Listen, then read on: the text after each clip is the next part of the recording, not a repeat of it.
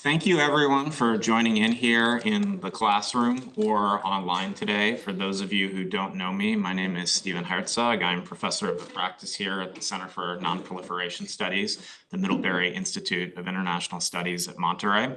And today we are very fortunate to have a visiting guest with us who's doing some quite interesting research. We have Dr. Christopher Lawrence, who is Assistant Professor of Science, Technology, and Nuclear Security at Georgetown University's Edmund A. Walsh School of Foreign Service. Professor Lawrence has a PhD in nuclear science and engineering from the University of Michigan and has held postdoctoral positions at essentially a litany of very prestigious and interesting places that will be familiar to people here. These include Stanford University's CSEC, the Center for International Security and Cooperation, Harvard University's Belfer Center for Science and International Affairs, and the Program on Science and Global Security at Princeton University. So Dr. Lawrence's research you can find in a range of different scholarly outlets. That includes International Security, Social Studies of Science, and the Journal of Applied Physics. I think one thing which is particularly interesting about Chris's work is the, of course, interdisciplinary perspective, that he has a technical background and he's working on issues which are in social sciences as well. So what we're going to do today here is we will go through Dr. Lawrence's presentation and slides, and then after that, we will go ahead and we'll have a question and answer session. I'll keep a list and you can raise your hand if you are online too. I just want to ask, given the nature of this presentation, Professor Lawrence, are you okay if people ask clarifying questions along the way? Sure. All right, so if you have any clarifying questions, put two fingers up and we will identify them. But generally speaking, Professor Lawrence, welcome to Monterey, and we are delighted to hear from you today.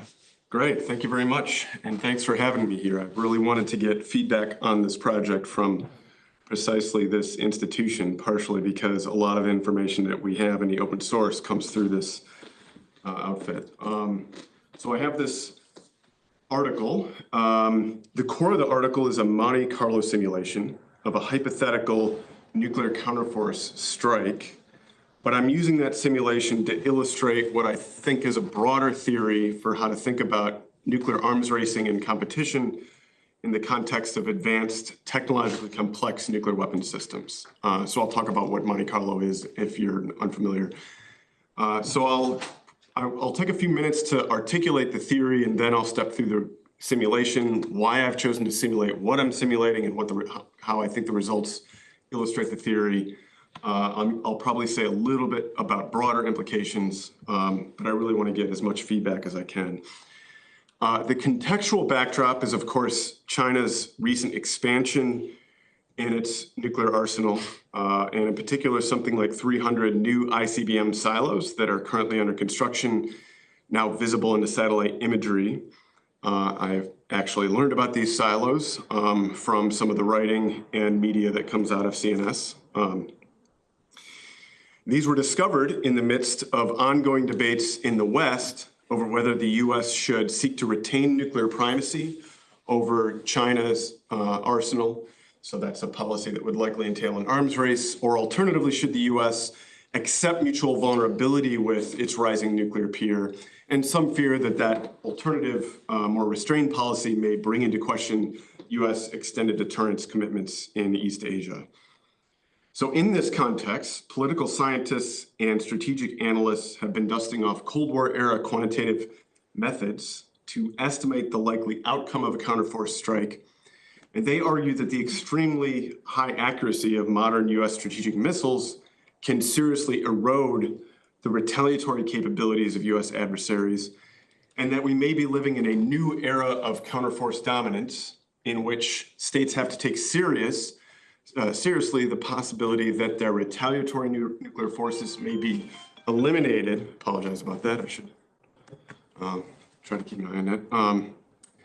Eliminated in a disarming first strike. So counterforce, you probably are familiar with this term, refers to an attacker targeting the other side's nuclear forces in a first strike. So several recent authors have used pretty straightforward probabilistic calculations, and they purport to show that the U.S. could expect to eliminate virtually all of the ICBM silos that it targets in a first strike with something like 95 to 98% confidence.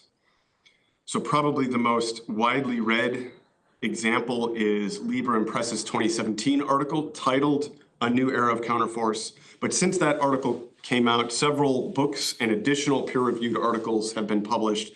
They all use basically the same equations, and they basically come up with the same prognosis. The equations themselves date back to the MX debates from the 1970s. The MX was a new missile that the Air Force wanted to build. And I refer to these equations as what I'm calling the standard linear model of counter-silo attack effectiveness, or counter-silo attack outcomes. And it's basically the foil of my article, or the thing that I'm arguing against. And the reason that I'm critiquing this standard linear model is because I believe it relies, or it embodies kind of a techno-optimistic mindset that relies on a set of popular reductionist assumptions about modern technologies and how we can know and predict them that I would argue are largely outdated. So for instance, it's often assumed that knowledge derived from component testing the individual components of a system, can be unproblematically aggregated into holistic knowledge about how the overall system will perform. Similarly, it's often assumed that knowledge derived in system testing scenarios can be unproblematically translated into knowledge about system performance in real-world operational environments. And that a state's technological sophistication and advancement kind of automatically leads to more predictable, controllable weapons performance. So again, I argue that these assumptions are to some extent outdated, and I point to a variety of now well-developed literatures across the natural, technical, and social sciences that warn against these reductionist assumptions. So I'm talking about things like chaos theory, study of complex systems, and from science and technology studies, the sociology of scientific testing. And these literatures have shown that in a variety of historical cases, aggregation of component test data into holistic system knowledge has actually been much more problematic than outsiders or policymakers might assume. The translation of system reliability in testing scenarios into operational predictions can also be problematic, and that technological advancement and sophistication can increase the uncertainty about how systems will behave in operation rather than decrease it. So I'm happy to talk more about what literatures I'm drawing from. It's kind of a diverse set of literatures, but I would argue that they're basically united by a common warning against reductionist thinking. Now, it's important to keep in mind that it's not just any technology that can defy predictability in the way these literatures suggest. So I can get in an automobile or an airplane and expect to arrive at my destination safely. Those are obviously complex modern technologies. So the question then becomes, is there a theory that can identify those technologies that might be more difficult to predict in advance and that we should be worried about? And to this day, I think probably the most famous of these theories is Charles Perrow's normal accidents theory. So people who work in the nuclear space probably are familiar with normal accidents theory by way of Scott Sagan, who used it to analyze the possibility of accidental nuclear launches. Charles Perrow focuses on the the complexity of interactions between component parts of a system.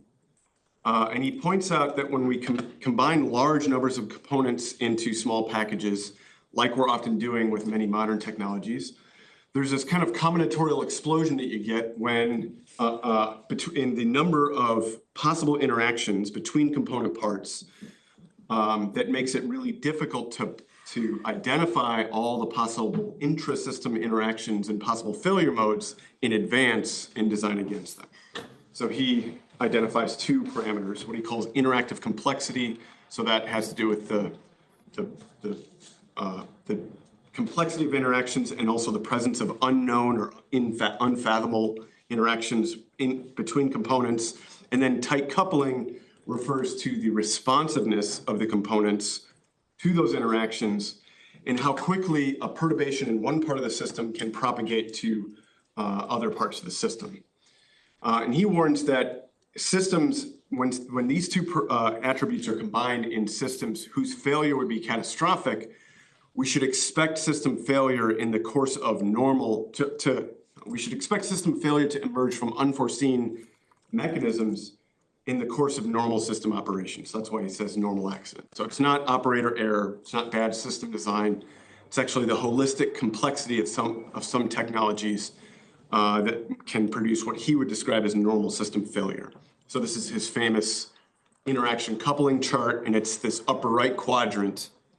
So he's sort of plotting these two systems against these two dimensions, and it's this upper right quadrant that he says we should be concerned about. So for Charles Perot, the quintessential normal accident prone system would be a civilian power reactor. I don't really have a dog in that fight to say whether I agree with him on that particular system. I've got a lot of friends back in Michigan that might disagree with that, but I think he's captured something about complexity of technological systems. For Sagan, it would be the command and control infrastructures that we use and the organizations that control nuclear weapons. I'm arguing in my article that in the context of nuclear competition, more ambitious nuclear doctrines that rely on things like counterforce and damage limitation tend to push technological systems to migrate into this upper right region of this chart where you might have unknown failure modes. Now, there's another layer of uncertainty when it comes to nuclear weapon systems, because we obviously can't test these things holistically in anything approaching a realistic environment or operational environment for obvious reasons. And I'm not just talking about one-shot nuclear tests in the desert or testing a few missiles every couple of months like we do. We're going to see that a real counterforce strike would involve upwards of 600 high-yield nuclear weapons detonating in a relatively confined volume. And that's going to create an unprecedented physical environment. And I think it's fair to say that no amount of testing is going to tell us what we need to know about that environment to predict the outcome. So I take these insights from complexity theory and STS into strategic debates about nuclear competition to argue that there's a balance of nuclear humility. So people who think about nuclear strategy often distinguish between the balance of resolve versus the balance of capability. So the balance of resolve is in a nuclear crisis, which side cares more about the stakes and the outcome of the crisis? Allegedly, their threats are more credible. The balance of capability is pretty self-explanatory. Brinksmanship theorists have been arguing for decades which of these two balances matters more in a crisis. Does it matter which side has more nuclear weapons or more capable nuclear weapons, or is it just which side cares more about the stakes? I argue that nuclear competitions are also beset by a balance of nuclear humility. So states with more grandiose, technologically demanding nuclear missions can be less confident in their technical knowledge, must work harder to retain their capabilities, and can hence be less certain in the success of their nuclear missions. More humble competitors, those that really just threaten a retaliation, can address their vulnerabilities with relatively modest innovation and fret less over vagaries of the unknown. Crucially, the advantages and disadvantages of technological humility can run against those traditionally associated with the balances of capability and resolve. In other words, it's the more technically capable or the more desperate competitors that might feel more compelled to go down this route toward things like counterforce and damage limitation. Now notice here, I'm not just arguing that counterforce is hard. I think many would agree that counterforce missions are more technically demanding than retaliatory missions. This is more an argument about the limits of technical knowledge and how technological complexity creates this kind of epistemic headwind that really doesn't burden retaliatory missions in the same way as it can complicate confidence in counterforce missions. So presumably somebody's going to have to hand the president a prediction of the likely outcomes of various nuclear options in a crisis.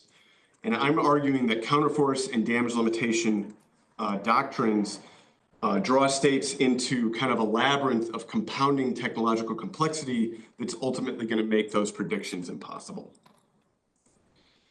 So I illustrate this by stacking two competing nuclear weapon systems up against one another. So the Trident II D5 submarine-launched ballistic missile is arguably the world's most advanced nuclear delivery system. It's the product of generations of research and development on the part of the world's most technologically advanced military power. It's extremely accurate. So the most impressive numbers I've seen in the open source suggest that it might be about 90 meters circular error probable. So circular error probable refers to the median miss distance. And in testing scenarios, it's been extremely accurate. So if we believe that the testing data is representative of performance in a real world strike, we might assign a reliability of something like 95% to the delivery vehicle itself. Now the weapon has its own reliability that would be added on to that. So facing this, China's silo-based ICBM force would seem to be the clear technological underdog. Now, I'm not arguing that China's holistically behind the United States technologically, whatever that would mean. But when we think of silo-based ICBMs, this is essentially decades-old Cold War era technology. So ICBMs themselves were mastered by the Cold War superpowers in the late 50s, early 60s. We can probably expect that China has a relatively basic warhead design because they have a lot less test data. Hardened silo basing, similarly, is middle 60s technology, and even MIRV technology, so multiple independent reentry vehicle technology, dates back to the late 60s, early 70s. So basically middle of the Cold War technology. Now, what's interesting about China's silos is that my analysis suggests that they may have chosen a clever geographical spacing that might create some serious problems for the more advanced Trident system. So I'll talk about what I mean by that in a minute, but if we go back to this theory and why I think it illustrates the theory, if we focus on this idea that more humble competitors, those merely threatening retaliation, can address their vulnerabilities by making kind of low-tech modifications to decades-old technologies, geographical spacing would seem to me to be an example of this. It didn't take generations of research and development to draw dots on a map. And if they can make that fairly modest change to this older type of system, then and really throw sand in the eyes of Trident, that to me sort of illustrates this. If there's time, I'll talk about additional changes that China could make, low-tech things they might do to complicate even more accurate systems. But that's maybe I'll save that for the Q&A if people are curious about that. So I simulate this with a Monte Carlo simulation. So basically, a Monte Carlo simulation, for people who are less familiar, uses random number generation to simulate complex physical processes. The applications date back to the Manhattan Project when they used it to simulate things like neutron transport and other physical processes inside a nuclear weapon. Since that time, Monte Carlo simulations have become kind of a bread and butter empirical technique for a range of natural sciences. And even in the realm of strategic analysis, there's long been precedent for using Monte Carlo simulations to illustrate the complexity and the uncertainty associated with counterforce. So a famous paper back in 1976 by Steinbrenner and Garwin, it's actually in the first issue of International Security, did just this. So this was back during the MX debates. So people were using those simpler calculations that I'm calling the linear model that Lieber and Press used. They were using these to say, okay, the Minutemans are going to be vulnerable, so we got to build the MX. Steinbrenner and Garwin come along and say, actually, counterforce attacks are a lot more complex than those simpler linear models give them, can characterize them or illustrate, and they use a Monte Carlo simulation to show that. There's also another paper by Dick Garwin that came out about the same time talking about low-tech systems. So I'm drawing a lot from these two papers in my analysis. But of course, I'm updating things to the modern systems. So my analysis starts off with a baseline scenario where I'm drawing parameters from the open source as a starting point. I call this my optimistic scenario because I'm going to argue in a minute that the attacker might not be able to expect this type of performance. But this is a starting point. It's actually consistent with all the parameters that Lieber and Press use in their analysis. So for the Trident, there are two warhead options. So there's the high yield W88, which is about 455 kilotons, and then the lower yield W76 is 100 kilotons. I'm assuming 90 meters CEP, about 90% overall reliability for that system. And then for the Chinese silos, I'm assuming about 2,000 PSI. There's probably reason, I think there's reason to believe that China can do actually considerably better than that, but this is my starting point. Also, we can see from the satellite imagery that the diameter of the silos is consistent with both the DF31 and the DF41. The DF41, we believe, can carry 3 MIRVs. So and I've also seen Sheng Hui from Harvard has suggested they might be able to carry more MIRVs, but I'm assuming 3 per silo. We don't know that they're going to fill them. I understand that, but this is sort of a starting point. So that's my baseline scenario. And then the next part of my analysis, I start tweaking some of these parameters by small amounts. And I have physical arguments for why these parameters might be degraded for the attacker in the ways I describe. And this table or this chart at the end of my article kind of shows that for these small variations in input parameters, you have a wide variety of outcomes for the attacker. I should say that I'm assuming that the defender retaliates with its surviving silos. So the outcome is measured as number of surviving silos. So I'll talk a little bit, I'll come back to this table or this figure at the end that's at the end of my paper and illustrate what it's doing. I don't know if this is, okay, the battery fell out. Okay, so if we go back to the FOIL, the article, this standard linear model that Lieber and Press, Rittenhouse Green, several others have been using in recent literature, what does that suggest that the Trident would be able to do to these silos?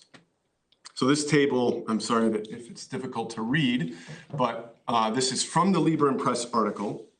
And using basically the same parameters, they suggest for the high yield W88 that there would be 0 surviving silos. I've renormalized to 320 silos. I get basically the same thing with their analysis. For the lower yield, you might get 1 or 1.5 surviving silos. So that's a very optimistic prognosis for the Trident, for the attacker. If a decision maker were to believe this, they might see escalation as an attractive way out of a variety of crisis scenarios. A few things about the assumptions that they're making. So Lieber and Press are assuming 2-on-1 targeting. So they assume that the attacker devotes 2 nuclear warheads to attack each individual silo that they're targeting. This makes some implicit assumptions about the nuclear effects and about the precision of the timing that the attacker can achieve. We call this time on target precision. So we can step through this by thinking through imagine 2 consecutive detonations over the same target, and maybe have time start at the point of time when the first detonation occurs. So for the first 3.5 seconds or so, we expect the prompt nuclear effects from the first detonation to shield the silo from the second shot. So this would be prompt nuclear effects and the fireball itself. Then after about 4 seconds, maybe the fireball rises. I say maybe because I'm going to argue in a minute that the attacker cannot assume this, but this is what's built into the standard model. Maybe the fireball rises enough to make way for the second shot, but then after about 7 or 8 seconds, the updraft in winds draws debris into the stem of the mushroom cloud as it's forming. That's also expected to be lethal to incoming reentry vehicles. So you might expect maybe a second shot window between 4 and 7 or 8 seconds where you might be able to get the second shot in. We don't know the bounds of these windows. We don't know if this second shot window exists. And I'm not sure that the attacker can get time on target precision to do that. But this is what's built into the standard linear model. One thing that we should keep in mind is that reentry vehicles for the attacker would be coming in hypersonic, something like 2,000 meters per second. At those speeds, even small pebbles of dust would be enough to destroy the reentry vehicle in a collision, either through just a momentum transfer or by penetrating the reentry vehicle and damaging the warhead. On the other hand, if China has surviving silos, they can launch in retaliation through those dust clouds, but because missiles going into their boost phase are going much slower. So anyway, the Lieber and Press calculation assumes that the attacker can do this second shot. They also assume what's known as reprogramming. So imagine the entire 2-on-1 attack has subsided, and maybe the attacker can get a signal back from its missiles that tells the attacker which missiles failed in their boost phase. Turns out that's probably most of the failures. And they can maybe reprogram their remaining missiles to target the silos that they believe they've missed. So these are both crucial assumptions built into the linear model for 2-on-1 targeting that are leading to this Lieber and Press result. So what does a Monte Carlo simulation allow me to simulate that, what physics are captured, am I able to simulate that aren't captured in that linear model? The two big things are, one, the dimension of time. The sequence of the attack is not captured in that standard linear model. And then the nuclear effects. And the thing that in my simulation makes the biggest difference is the dust from the blast wave. Now, why have I been talking about the spacing of the silos? So this is looking down on the human silo field.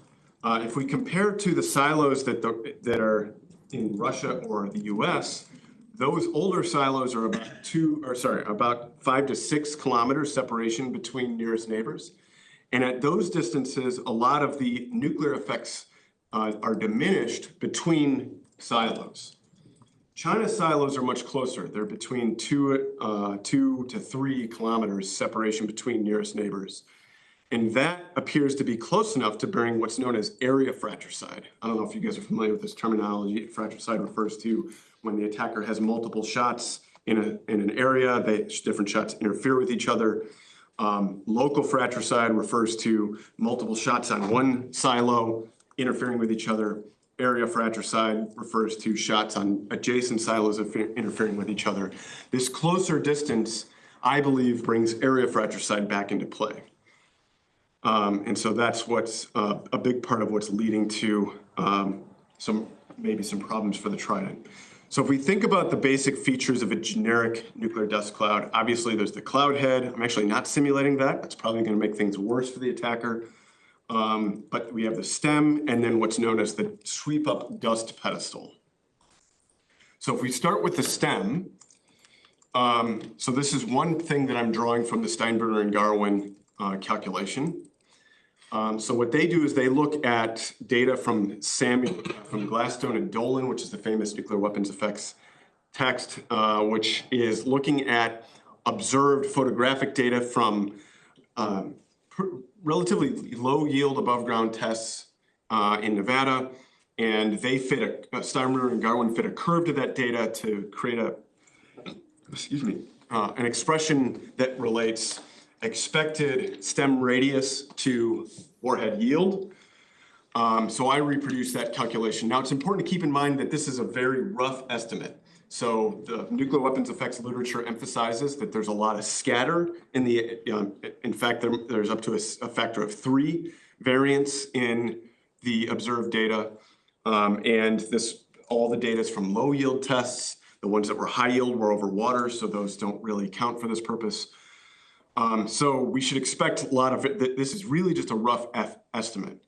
But this is looking down on the human silo field. Each dot here is a targeted silo. The outlines are the projected outlines of the stems for the W88. That's a typo up there. That should say 475 or 455. I apologize. But you can see that they're considerably overlapped. So you would expect a 3-dimensional sort of solid volume of dust to be lofted over the entire silo field that's going to be impenetrable to incoming reentry vehicles. The estimates for how long this dust remains lofted vary between 1 and 2 hours. So I would say that basically takes reprogramming off the table. even if these stems were considerably narrower than this projection, you'd still have complex airflow fields. You'd have a lot of overlap in these, and basically nobody's ever looked at this many nuclear detonations going off in a small, relatively confined space. So I think that the attacker basically would not be able to count on reprogramming. So that's going to change the result considerably. The next thing is the sweep up pedestal. You might look at photographs of nuclear test mushroom clouds and think that this is inconsequential. Turns out there is a complex airflow field behind the blast wave that has been observed to loft 10 or tens of centimeters of Earth, hundreds of meters into the air within seconds of the blast wave passing. So some of the nuclear effects literature quotes heights of 400 or 300 to 400 meters. The radial extent of this dust pedestal corresponds to a threshold in peak overpressure of the blast wave between 5 and 10 psi. And that for the W88, that corresponds to between 2.5 to close to 4 kilometers. So this basically engulfs neighboring silos. And there's very good reason to expect that it's going to be wider. So the nuclear weapons effects literature emphasizes that we've never observed multiple blast waves intersecting. And there's good reason to believe that it would be greater than additive. In other words, the dust lofted from 3 blast waves intersecting would be likely higher and thicker and to a larger radius than 3 times the dust from a single blast. I can describe why we might believe that to be the case if you'd like. And if you look at the pattern, and if you're thinking of what's called a rollback attack, you'd have at least 2 and usually 3 intersecting blast waves over each silo. So we should expect this to be worse than these numbers suggest for the attacker. So what does that tell us? Sorry, I'm going to skip ahead because I'm going a little bit longer than I thought. So for the W88, my simulation with this baseline scenario, remember the linear model suggests 0 surviving silos. I have about 26 surviving silos. And if we assume that China is MIRVing, then that might be close to 80 high-yield nuclear weapons that China would have to retaliate with. Very different from the linear result. Interestingly, the lower yield warhead performs better with this baseline scenario. The reason for that is because I'm using the numbers that were on the previous slide. So for those numbers, the sweep up dust pedestal does not engulf neighboring silos. So that would suggest that the W76 might perform better. However, I don't believe the attacker can depend on that because we don't know how multiple blast waves intersect or interact with each other. But nevertheless, with this baseline scenario, you still have some close to 45 high-yield nuclear weapons for the W76 with this kind of optimistic baseline scenario. So the next thing I do is I start tweaking these parameters one by one. So each of these, so each row here corresponds to an additional simulation where I'm starting with the baseline parameters, but I'm tweaking one of these additional parameters. So I'm going to step through these really quickly.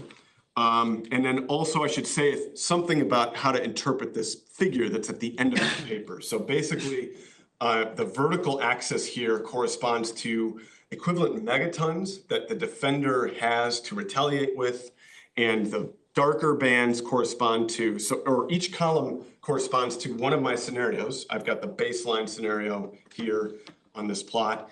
And then the darker band is 65% or so of simulated trials. And then the lighter band is 95. And you can see that there's quite a variance. This is somewhat inspired by different theories of damage limitation. So the baseline scenario, I would say, takes nuclear primacy off the table, like this idea that the US can basically shield itself from damage and escalate without fear. That is what I would argue is imagined in some of the literature, like the Lieber and Press paper, where they define nuclear primacy as the ability to eliminate all the silos. But other strategic theorists talk about a range of meaningful damage limitation. The idea that, okay, we can't get them all, but if we get a third of them or 2/3 of them, right, there might be a range of meaningful damage limitation. So to engage with that, I'm drawing from this Charles Glasser and Steve Fetter paper, which define a range of meaningful damage limitations extending up to about 40 megatons equivalent that the attacker would have to retaliate with. Now, there's also reason to believe that the range might be less than that, but I'll talk about that in the Q&A if there's interest. So maybe the threshold for nuclear primacy is way down at the bottom. This baseline scenario suggests that even for that optimistic case, the attacker can't achieve nuclear primacy. So the first thing that I tweak is I say, what if there's no second shot window? Turns out the existence of this second shot window is highly speculative, and actually some prominent nuclear weapons effects scientists have suggested that it doesn't exist.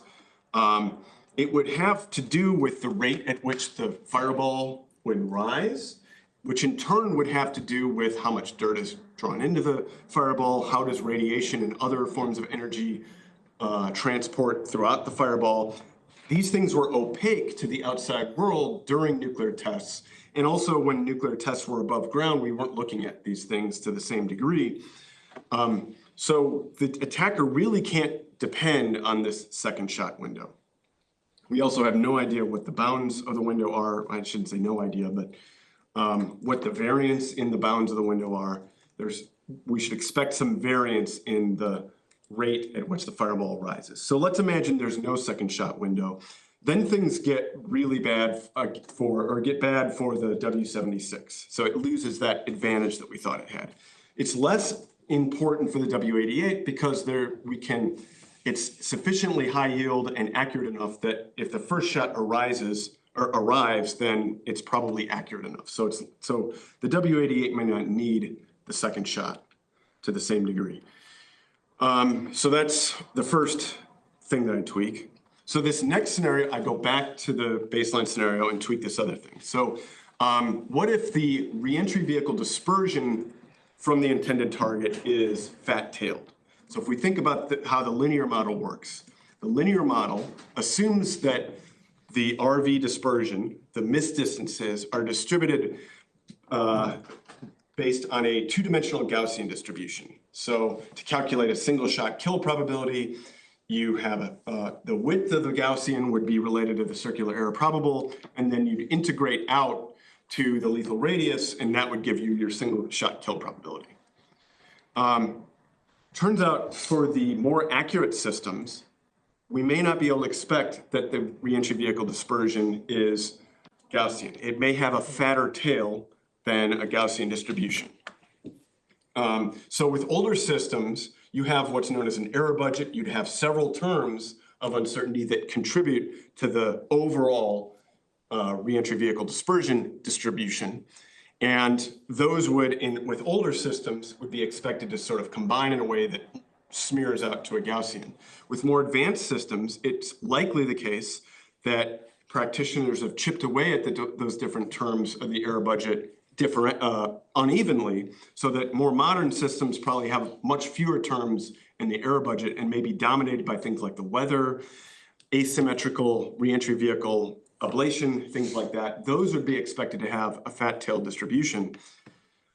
So if it's fat-tailed, then the place at which the two curves cross in relation to the lethal radius could substantially change the single shot kill probability. So that's the next thing that I simulate. And the other thing that's interesting here is that this would be very difficult for the attacker to learn from testing, because still most of the test data is clustered around the norm, or the mean, or the center of the peak. And it's really hard to characterize with a practical number of tests what the tail behavior looks like. So that degrades things a little bit further still. The next thing I look at is, what if accuracy is degraded? There are a variety of ways in which the CEP might be more optimistic than the attacker can expect in a real scenario. One of the more interesting ones, this is one that I actually could use some help on if people know any more about this. This is just what I've read in some writing that was about 2018.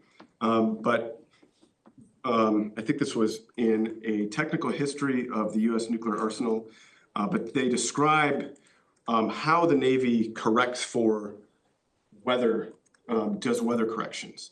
So obviously the subs are underwater, they're relying on extremely low or very low frequency that limits the rate at which they can transmit data. And every 12 hours or so, they transmit data set known as ballistic, with what are known as ballistic parameters or BALPARs. So this is like a three-dimensional mesh over the target site, and each point in the mesh has some correction factors. Now it's believed that with a testing scenario or with smaller target sets, like North Korea, for instance, you could have a much finer mesh than you would with a large target set like China or Russia. With China or Russia, you would have to have a coarser mesh. But these ballistic parameters are believed to have something like 100%, account for about 100 yards improvement in CEP, probably to get down to the 90. With a coarser mesh, maybe they might have something like a 30% or 30 yards or meters less accuracy. So I'm just sort of, imagine we have a 30-yard degradation in CEP. So that degrades things quite a bit for the W-76. What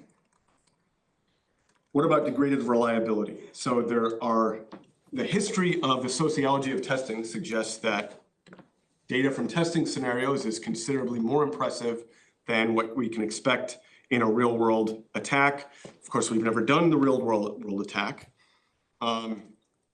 There's also some literature on the politics of testing when the recent, there have been a couple of recent failures that were with the Trident. They've been with the Royal Navy and not with the US Navy, but they've still been this big political fiasco.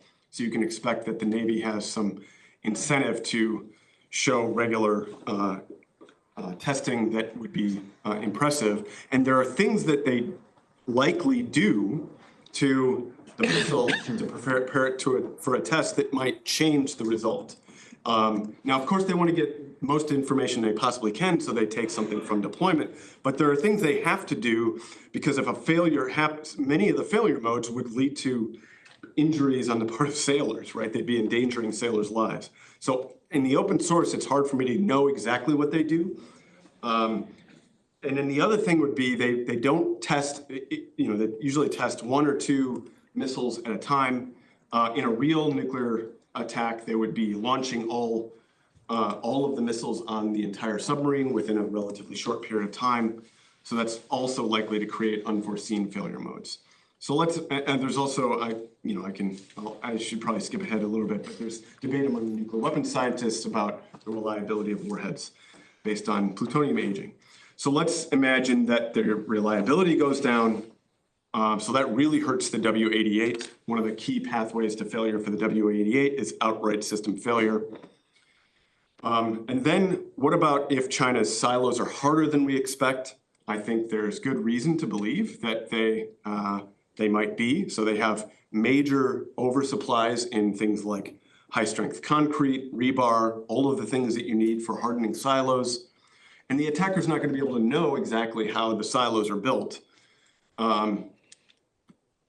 A similar thing, there's also reason to believe that when we extrapolate what's known as scaling laws up to really high yields, we might be overestimating the lethal radii. That would be basically equivalent to a more hardened silo.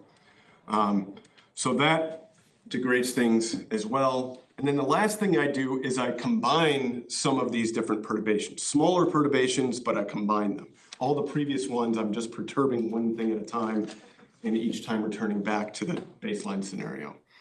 Darn it, sorry. So I combine some of these perturbations. So maybe our CEP isn't 90, but maybe it's 100. What if the hardness is 3,000 PSI? Slightly degraded reliability of 86%, down from 90. No second shot window. I would say there's more likely to not be a second shot window. And what if our reentry vehicle dispersion is fat-tailed? And now we're basically off the charts. And by off the charts, I'm referring to this range of meaningful damage limitation that Glasser and Feder identify as kind of topping out at 40 megatons that the defender would have to retaliate with. Okay, so that's basically what I wanted to go through. There are a bunch of other things that I could add to my simulation. I just have chosen some that I think are illustrative, but I'd love to know if anybody else is working along these lines or sees any holes in my theory or major, particularly some of that stuff that I said about the Navy's testing. If anybody has any insights into that, that would be tremendously useful since I don't have a clearance. All right, well, thank you very much, Chris. And one of the things that we'll do here is we'll get started and I will keep a list. And for everyone who is online, you can use the raise hand function, everyone here as well. And we would appreciate it as he's tracking comments, if everyone can identify themselves, what they work on, etc. I have plenty of comments and thoughts myself, but I want to go ahead and open it up. Does anybody want to shoot first? All right, so we will go immediately online. Jim Lamson. My name is Jim Lamson. I'm a senior research associate at CNS. So I focus mostly on Iran, so this is a little out of my comfort area, but I had a question regarding the very useful framework you conveyed regarding the three important balances that kind of underpin some of your theory and methodology. So with the U.S. increased focus on trying to develop and deploy missile defenses to protect against at least limited attacks, does one need to also consider maybe a balance of vulnerability between the two sides to go along with the balance of resolve, the balance of capability, and the balance of nuclear humility? And I raise this for two reasons. One is, because a perceived advantage or disadvantage in vulnerability might affect two or three of the other balances that you mentioned. An advantage or disadvantage of vulnerability might affect one or both sides' resolve. It might affect, impact the capability assessments or even nuclear humility issue. And second, since missile defenses are, of course, their own highly complex systems in their own right, for which users might not be able to predict the various technical and operational issues that might lead to failure in an actual conflict. This is important, of course, to address the retaliatory missiles and warheads that may have survived the initial attack, and perhaps relates to the general issue of damage limitation as well. Or is it this element of relative vulnerabilities or balance of vulnerabilities already kind of baked into the element of the balance of capability that you mentioned? Or maybe this is just simply out of scope of the project. But I'd appreciate your thoughts on that, whether a balance of vulnerability is an aspect that should be included in the research. Thank you. Yeah, that's tremendously useful. Can I respond? Yeah, please. Yeah. Anybody else, if you have questions, start going like this and I'll write your name down. Yeah, so I would say I've been thinking about the balance of vulnerability that you describe, if I understand you correctly, as rolled into the balance of capability. Now, I'd be interested to discuss whether I'm getting that right, but I'm thinking of the balance of capability as like which side has more capability to shield themselves from vulnerability, and game theorists kind of work that into a game theory model and suggest that there's advantages even if they can't get everything. The question about missile defense is really interesting because let me think about that, how I should respond to this. So basically what I've done so absolutely the missile defense would be influencing this. And I think you're right to say that the missile defense system itself is a tremendously complex system that we don't really know about right now. The reason I haven't modeled that as well is what I'm trying to do is I'm trying to pick the systems or the part of the exchange that should be the lowest hanging fruit for the counterforce optimist. Almost everybody thinks that all of the silos are going to be eliminated in a first strike. That's why we talk about them as a missile sponge. In fact, I've had people ask me, why is China building these silos when they know we're going to get them all in the first strike? I would argue, and I plan to expand this project into a book project where I will look at things like missile defense. I would argue that if I'm right in this easy case hard case for me, I would say, easy case for the counterforce optimist, then my argument is probably even stronger for things like missile defense. However, I should be transparent that I have not yet modeled missile defense. I know some people have modeled things like tracking the mobiles and tracking the subs. And those, I've looked at their models and it looks like I feel pretty confident about my argument. So Glasser, I'm sorry, I'm mispronouncing his name. Glazer is his Glazer, yeah. Charles Glazer. I'm mixing him up with the guy, Alex Glaser. Yeah. So they had a edited volume in Journal of Strategic Studies, I believe. And I forgot his name. I think it's either Kyle or TD or McDonald.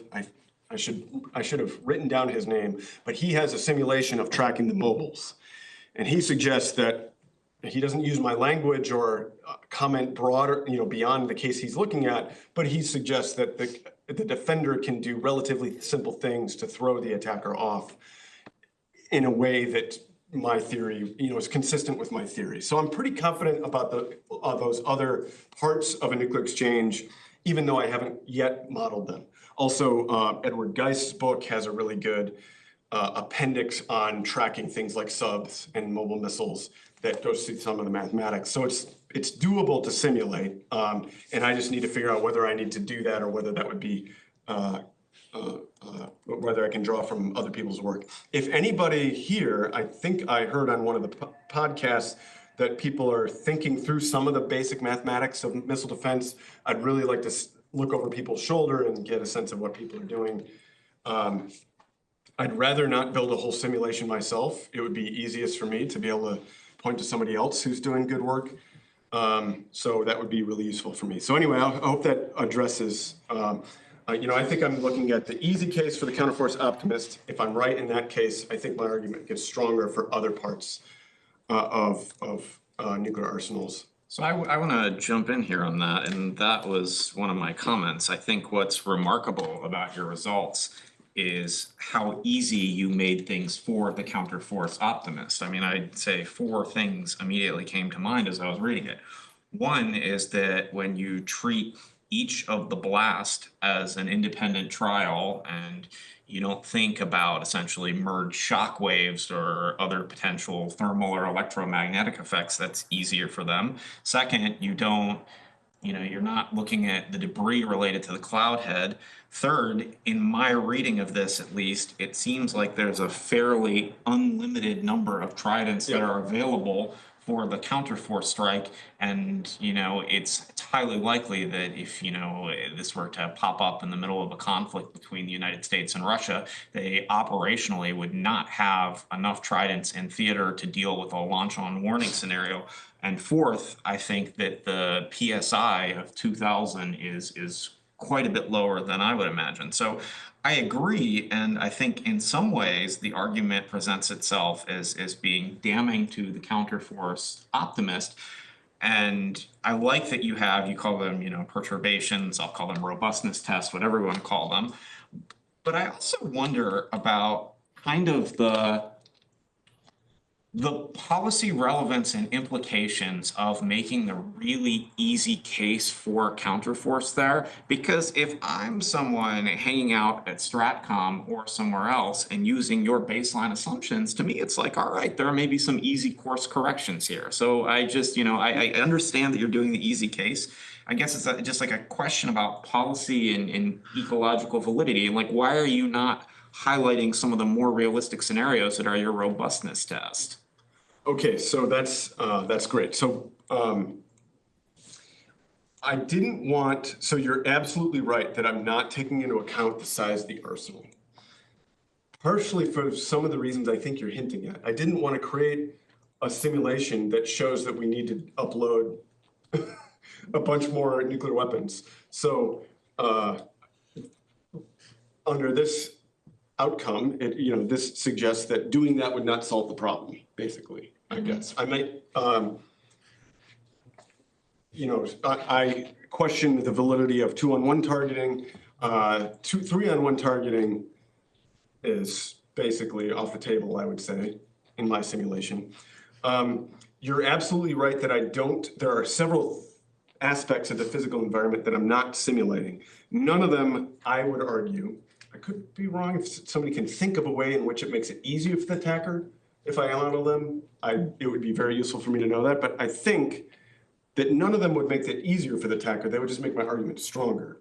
They would be doable it would be possible to simulate some of these things, it just would take a lot of work to do the blast waves. Sure. And I just, maybe I should do that. So are you thinking that maybe the DoD looks and says, oh, 80 warheads left over, that's pretty great. I don't think they would say that, but I mean, if you give them the easy case, the answer is the course correction is much easier than it should actually be. Yeah. I mean, if rather than just being robustness checks and standard assumptions, like I know it's a lot of work and a lot of math. I mean, I would like to see 6 possible scenarios. This is the most realistic, et cetera, et cetera. I think what I'm saying is I guess I kind of want to know, even though you're giving the Counterforce optimist an easy case, what do you think the realistic scenario is and how bad is this actually? Yeah. So that actually touches on a key part of my thinking and my argument, is that at the end of the day, Kind of irrelevant. At the end of the day, it's going to be impossible to predict within, part of what I was trying to illustrate with that chart or with that figure is that even for relatively small modification or perturbations for these parameters that the attacker really can't know to begin with certainty, the variation in outcomes spans this entire range of meaningful damage limitation. Yeah, I mean, the confidence intervals on this are enormous, So I think probably you're right. I should probably do more in the paper to emphasize that it's possibly a lot worse. But at the end of the day, the attacker has to convince themselves that they know what the outcome is going to be. And I think they won't be able to do that. That's a good answer. What was I going to say about nuclear effects? Anyway, so the blast wave, I think, is going to do things like deflect things, and it's probably going to make things worse for the attacker. But you're right. I guess probably just some. I intend to build out the simulation in the future, particularly if I go the book route. But I'm hoping that if I articulate the theory right, the attacker will not. The thing I was going to say is, so you said the correction for the attacker might not be so hard. So you might have noticed I have a later section that I didn't talk about, where there's this pebble halo, right? So if the attacker says maybe reduces or improves their accuracy like we expect through things like quantum sensing, the defender can do things like loft a bunch of pebbles into the air. Yep. And just defense. Yeah. So like this dates back. This is something that Quantum sensing defeated by pebbles. Yes. So it's low tech. And this is something that I didn't come up with this. This is Dick Garwin. So he wrote about this back in '76. Before he passed, I was fortunate enough to discuss that part of it with him at length.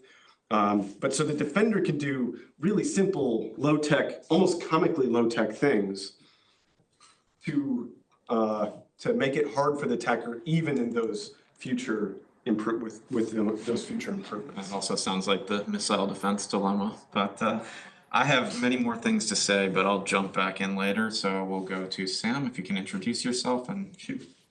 Yeah, my name is Sam Lair. I work on the open source team here. I do some work that, this was awesome, by the way. Thank you for coming and talking about this. We so rarely get conversations like this here, and so it's really refreshing to have a talk like this.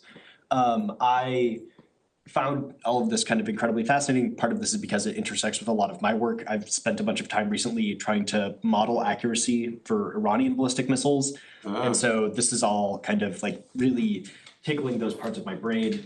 And I guess to that, I had kind of one comment that I have many questions. Perhaps some of them are best answered over a beer or something later. But the comment is that in kind of thinking about accuracy more, one of the things that I've noticed is that much of the kind of literature and a lot of the assessments especially once you start doing things like spin stabilizing the reentry vehicles, the reentry effects, right, so the perturbations caused by weather, seem to be like not nearly as significant, right? Part of this is because just the reentry phase is so short.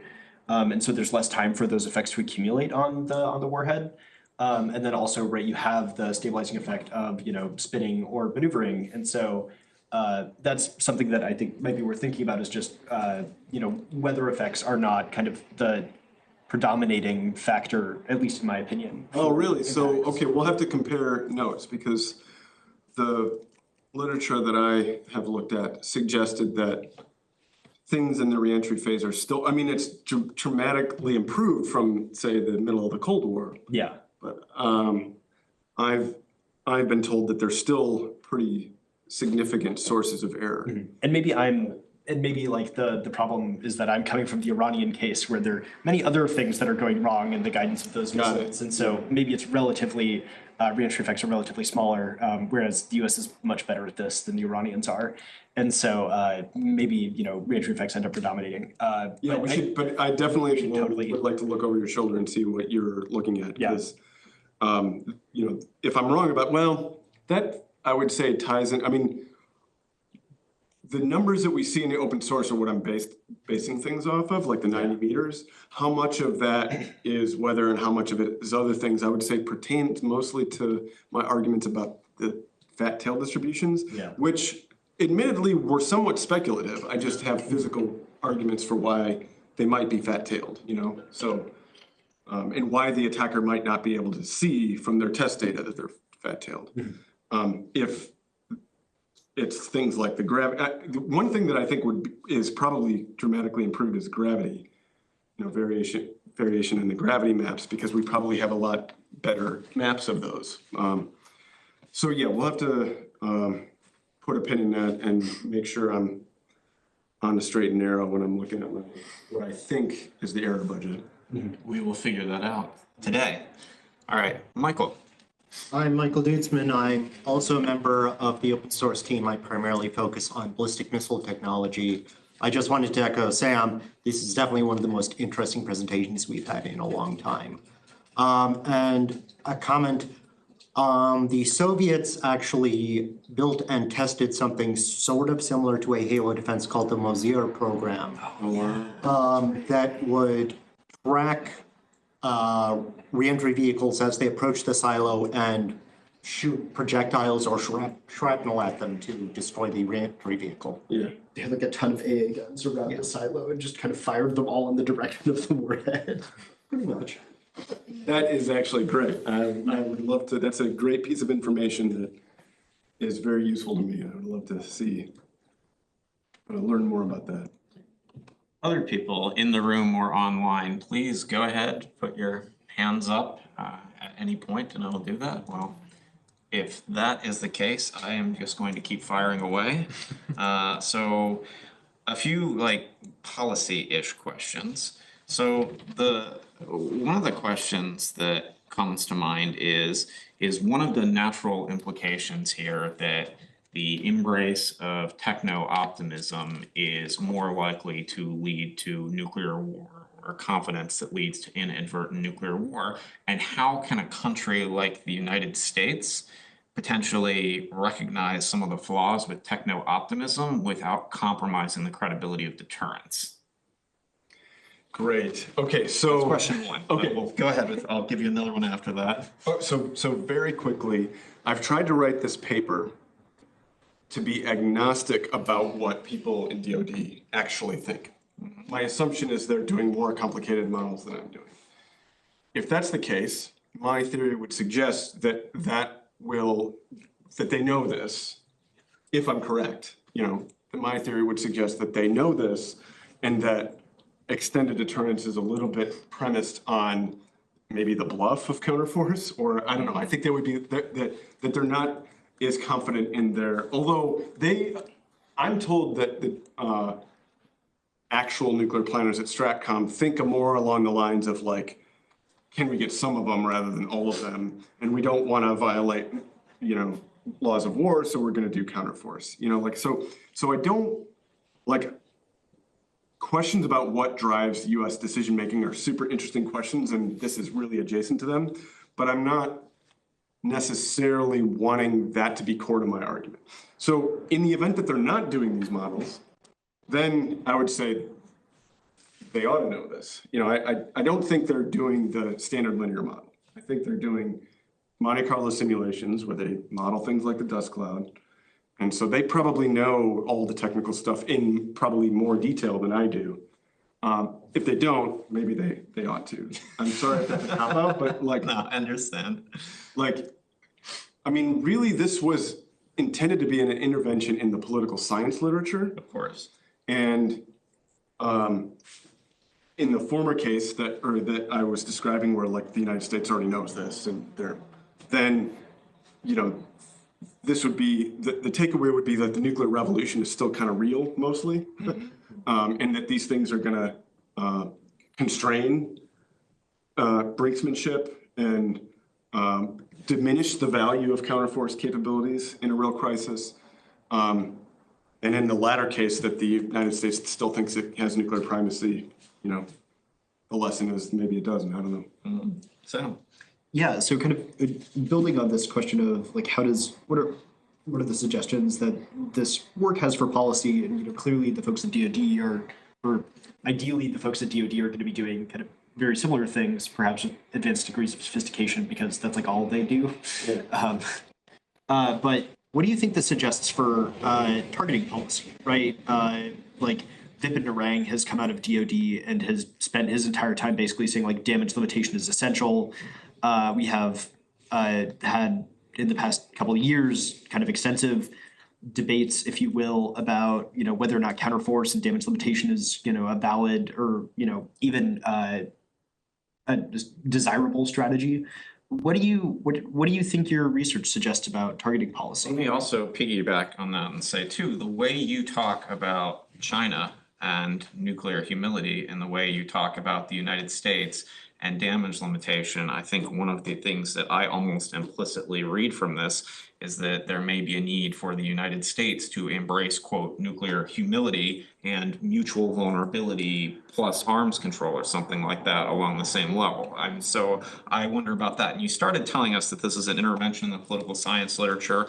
And I like the comment that you made about unlimited tridents and essentially the policy recommendation and how this applies to upload capacity and things like that. But yeah, if you can give us a little more on this. Yeah, so I think policy implications would be, one would need to place this in a broader set of questions about the US-China relationship and how much we think we can gain from damage limitation to accredit things like extended deterrence, or whether we should, I mean, I'm not a China scholar and I'm not a scholar on the US-China relationship, but it seems as though we're doing a lot of things to try to sustain like a technological edge, which may not give us the dividends that we think we're gonna achieve from them. And that's about as much as I really want to say about policy. Like targeting policy, I think the hard place that one is up against is, do I want to advocate that we target cities? Like, not really, but I think like we could generally resist the temptation to rely more on nuclear threats in the broader US-China relationship, and, you know, not depend quite as much on trying to retain things like a technical edge in computing. I mean, we've already seen sort of the DeepSeek thing where it seems like cutting them off from these high tech or these advanced chips, like they're able to get around it in one way or another.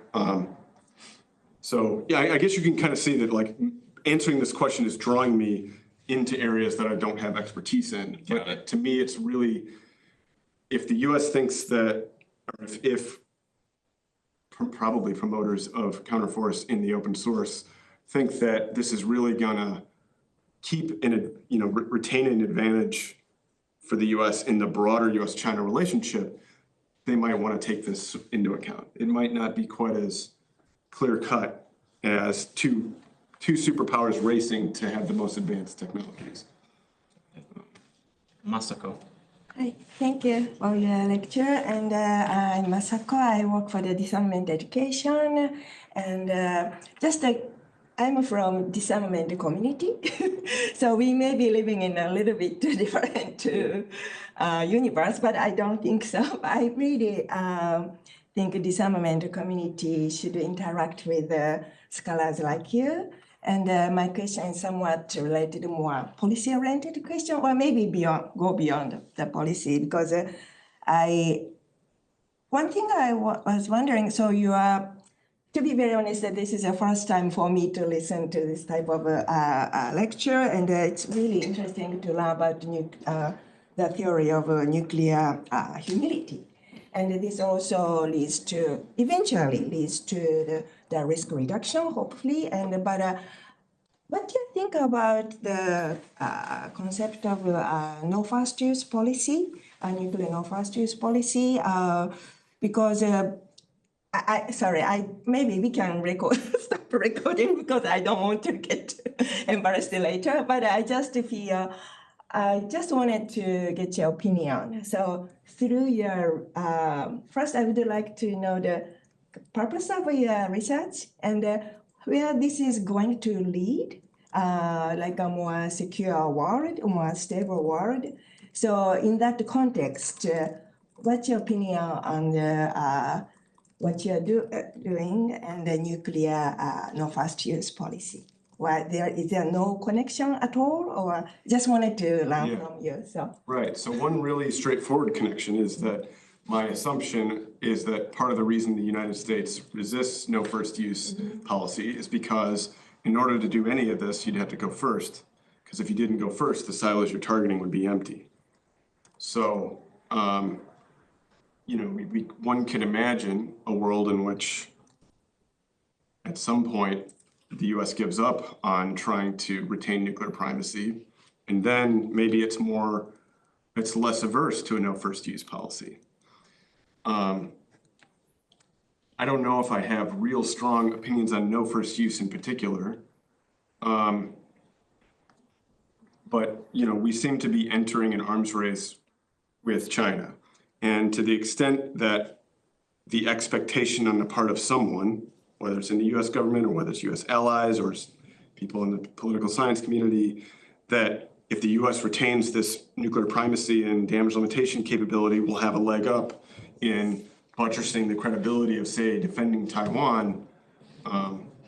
That's where I feel like I'm trying to make an intervention. I think that's the kind of thing that's driving an arms race, if that makes sense. In terms of like general disarmament, I did when I was doing my PhD, it was back during like the Prague speech days, and my dissertation was on technologies to characterize warhead components for deep reduction scenarios, and I was very believed in that sort of thing. We have not gone that route, and I believe in not allowing the best to be the enemy of the good, even if I, as a matter of principle, believe in a world without nuclear weapons. I think there's other things we can do. And I'm skeptical of the incremental path that people talk about, right? But the reason I'm skeptical about the incremental path is not because it's slow, but because the things that people point to as incremental steps toward a world without nuclear weapons tend to take the responsibility off the shoulders of superpowers like the United States and place them on countries that may or may not even have nuclear weapons, like Iran, or who have fairly unimpressive nuclear arsenals like North Korea. Well, less expansive nuclear arsenals like North Korea. So anyway, that's kind of just some thoughts about general disarmament, something that I would like to see people pursue.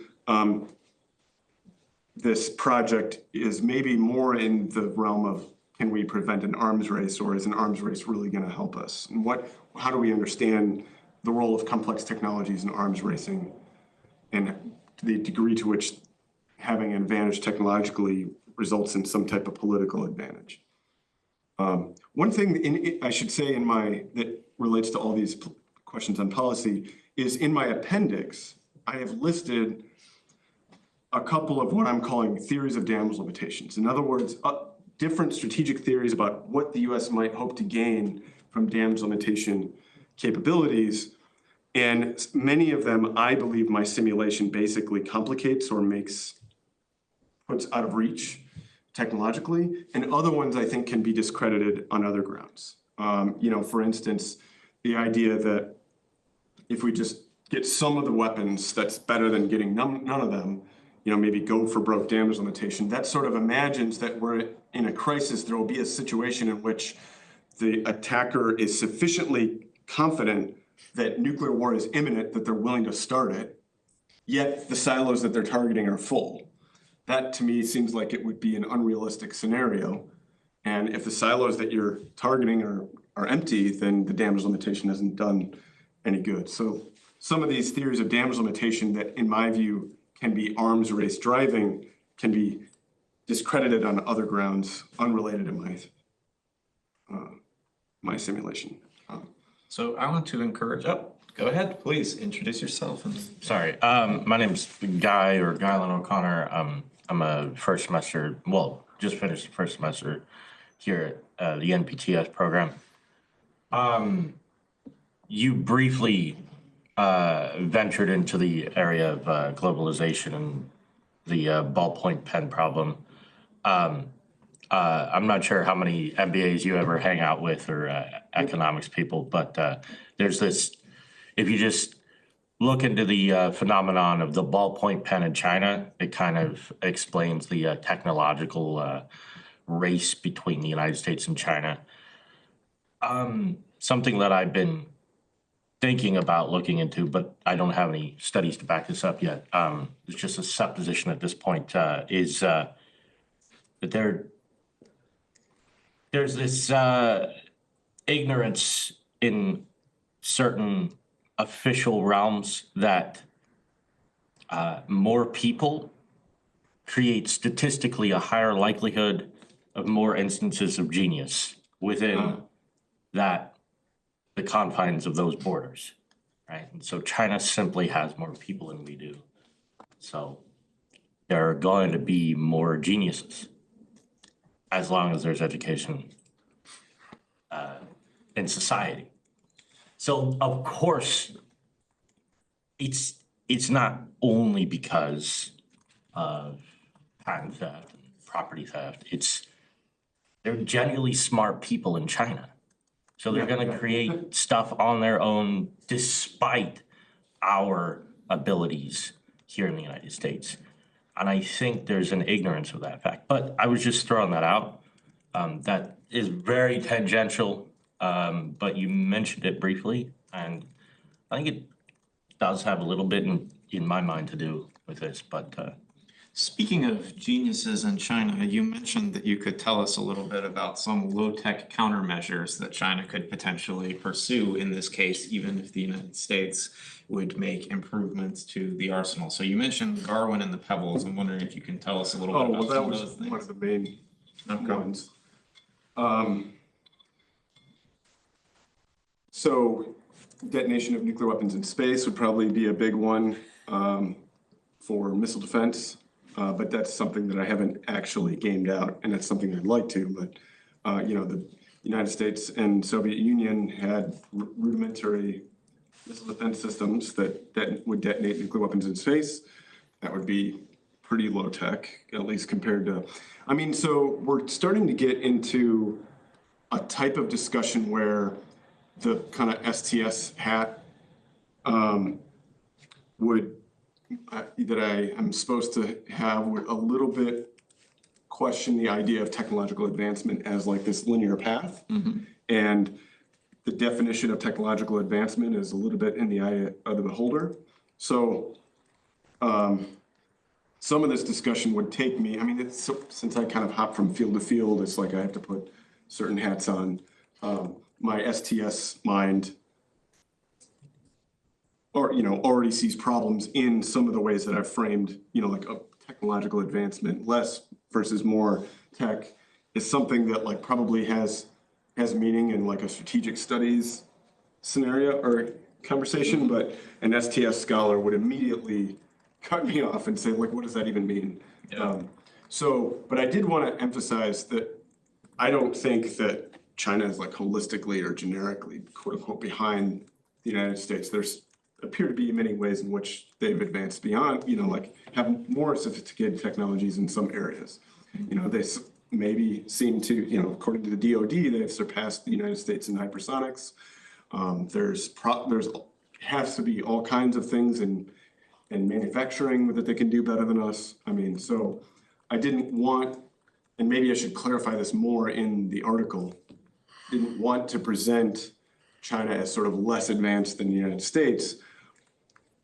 My intervention is to say, okay, let's engage with strategic debates which sort of assume that, and it's probably the case that they have less advanced weapon design or nuclear weapon designs, less accurate missiles, partially because a lot of that just comes from having loads and loads of test experience and generations of like nudging away at the different sources of error. So they probably have less accurate missiles than we have, and it would probably take some time to catch up. But yeah, I don't want to present China as being sort of holistically behind the US in a lot of technologies. Let me throw one last one out there to play the devil's advocate here. Couldn't someone just read this and see what you're saying about the W-76 and particularly the W-88 and say, you've just made a really great case for, precision conventional counterforce or so-called, low yield, low CEP mini nukes? Absolutely. Yeah. In particular, conventional would not have the nuclear effects. Yeah. Then we gotta ask, would the attacker be sufficiently confident with low yield conventional weapons that they would be able to take all of them out? That's a part of the problem that I haven't really looked at. But I do know some people in the, I don't want to say anti-nuclear, but skeptics of nuclear weapons who have been trying to make that case exactly. So that the US can, with its new accurate missiles, we can get rid of the nuclear weapons and use conventional counterforce and achieve the same thing. If that's what the US does, I guess and gets rid of a lot of our nuclear weapons and stops that arms race, maybe I'm all right with that. Well, there we go. It connects right back to what Mexico was saying, so. But I haven't looked at that. So there's a recent paper, and I think the guy's last name is Snyder, in SGS, arguing that if the weapon goes underground, burrows underground, Oh, it's probably Ryan Snyder. Yeah, Ryan right? Snyder. Yeah, okay. I think the conventional would be across the board less vulnerable to nuclear weapons effects. Although it wouldn't be creating nuclear weapons effects, but also I think less vulnerable to things like impact and stuff like that. Gotcha. Does anybody have any last questions here? Looking around, I'm looking online. In that event, seeing nothing else and not wanting to fire away another time myself, I'll save that for later. Thank you so much, Professor Lawrence, for joining us here. We appreciate you visiting us in Monterey.